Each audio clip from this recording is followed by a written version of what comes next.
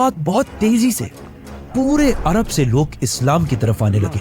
और ये Islamic empire पूरे अरब में फैलने लगे। अब मुसलमानों के लिए अरब में कोई भी खतरा नहीं था, लेकिन अरब से बाहर दुनिया की सबसे बड़ी सुपर पावर रोमन एम्पायर अरबों को यूनाइट होते देखकर बिल्कुल भी खुश नहीं थी, जिसकी वजह से पूरी दुनिया में ये बातें फैलने लगी कि बहुत जल्द रोमन एम्पायर मुसलमानों पर हमला करने वाली है ताकि वो अरबों को यूनाइट होने से रोक सके। कुछ लोगों ने कहा कि रोमन्स 40,000 और कुछ लोगों ने कहा कि 1 लाख की फौज लेकर रोमन्स मुसलमानों की तरफ बढ़ रहे हैं, जिससे मुसलमान हर टाइम अलर्ट रहने लगे कि किसी भी टाइम रोमन्स हमला कर सकते हैं। तो आखिर आप सल्लल्लाहु अलैहि वसल्लम ने हिजरत के 9 साल बाद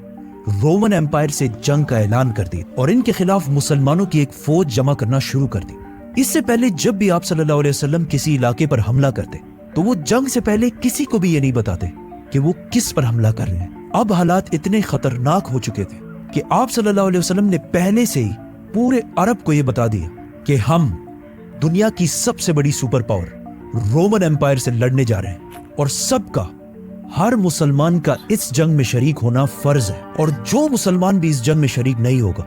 उसे मुनाफिक डिक्लेयर कर दिया जाएगा। रोमन एम्पायर इससे कुछ ही अरसा पहले पर्शियन एम्पायर को हराकर दुनिया की सबसे बड़ी सुपर पावर बन चुकी थी, जिसको चैलेंज करना इम्पॉसिबल हो गया था और सबका ये ख्याल था कि अरबी जो अभी कुछ ही अरसा पहले यूनाइट हुए वो कभी भी रोमन एम्पायर से नहीं लड़ सकते। और मुनाफिकों ने भी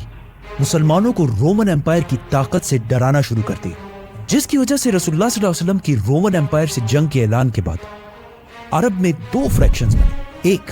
जो अपना सब कुछ कुर्बान करके बगैर किसी खौफ के मदीना की तरफ जंग में शामिल होने के लिए रवाना हुए और दूसरे वो जो इस इतने खतरनाक जंग से बचने के लिए बहाने बनाने लगे। आहिस्ता आहिस्ता पूरे अरब से लोगों ने इस फौज को ज्वाइन करना शुरू किया और आखिर इस फौज का नंबर 30,000 तक पहुंच गया और ये फौज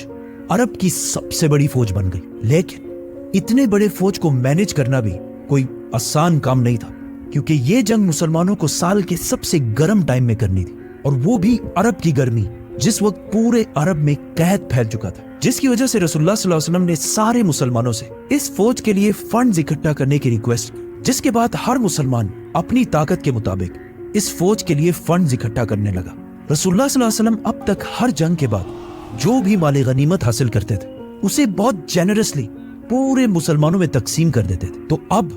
मुसलमानों की बारी थी कि वो भी रसूलुल्लाह सल्लल्लाहु अलैहि वसल्लम की उसी तरह मदद करें। तो हजरत उमर रज़ी अल्लाह तआला अन्हु जो हमेशा अच्छे कामों में हजरत अबू बकर रज़ी अल्लाह तआला अन्हु से एक स्टेप पीछे रहते, उन्होंने इस बार अबू बकर रज़ी अल्लाह तआला अन्हु से जीतने के लिए सबसे पहले जाकर अपनी सारी दौलत का आधा रसूलुल्लाह सल्लल्लाहु अलैहि वसल्लम के सामने रखा। लेकिन कुछ ही देर बाद अबू बकर रज़ी अल्लाह तआला अन्हु अपनी सारी दौलत और अपने घर का सारा सामान लेकर रसूलुल्लाह सल्लल्लाहु अलैहि वसल्लम के पास आए और एक बार फिर हजरत उमर रज़ी अल्लाह तआला अन्हु से आगे निकल गए, जिसके बाद हजरत उस्मान रज़ी अल्लाह तआला अन्हु जो उस वक्त मदीना के बाजार की सबसे मालदार शख्सियत थी, उन्होंने 900 ऊंट, 100 घोड़े और 1000 दिनार डोनेट किए और हजरत अब्दुर्रहमान बिन औफ ने भी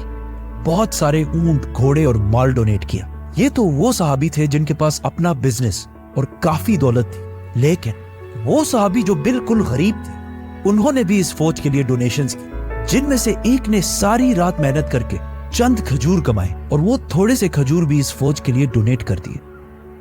इतने सारे डोनेशंस के बाद भी 30,000 के इस फौज को मैनेज करना बहुत मुश्किल था, क्योंकि जैसे ही ये फौज मदीना से रवाना हुई हर 18 सहाबा के लिए सिर्फ एक ऊंट था और तबूक मदीना से 700 किलोमीटर दूर था और वहां पहुंचने के लिए एटलीस्ट 15 दिन का सफर करना था। तो 18 सहाबा एक ही ऊंट को बारी बारी राइड करने लगे, जो बहुत मुश्किल काम था ही। लेकिन कुछ ही दिनों बाद रास्ते में मुसलमानों के पास खाने पीने का सामान भी खत्म हो गया, जिसकी वजह से मुसलमानों को मजबूरन इन ऊंटों को भी ज़िबा करना पड़ा। लेकिन इतने सख्त हालात में भी सबको पता था कि उनमें से कोई भी पीछे रह गया तो मुनाफिक डिक्लेयर कर दिया जाएगा। तो सारे मुसलमान इस सब के बावजूद भी आगे बढ़ने लगे। लेकिन एक साहबी अपने ऊंट की वजह से